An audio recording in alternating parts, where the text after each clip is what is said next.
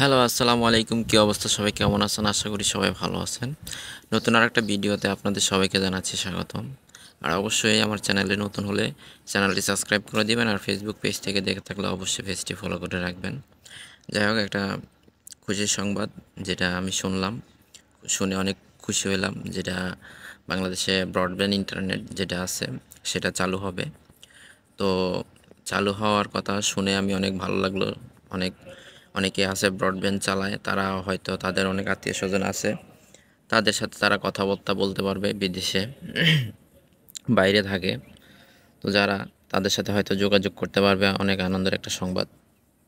তো এটা সময় টিভির মানে ফেসবুক পেজ থেকে আমি মানে এটা মানে পোস্টটা পাইলাম আর কি, যে ব্রডব্যান্ড ইন্টারনেটটা মানে চালু করার চিন্তা ভাবনা করতেছে, মানে যারা এর দায়িত্বে আছে তারা, এই আর কি।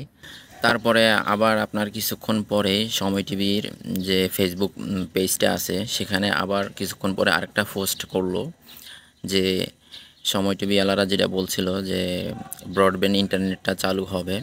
তারপরে আবার তারা পোস্ট করে বলল যে না, এটা চালু হবে না, এটা শুধু একটা গুজব গুজব তারা যারা ইন্টারনেটের দায়িত্বে আছে তারা এই কথাটা বলছিল আর কি, এই আর কি। তো আশা করি আপনারা বুঝতেই পারছেন।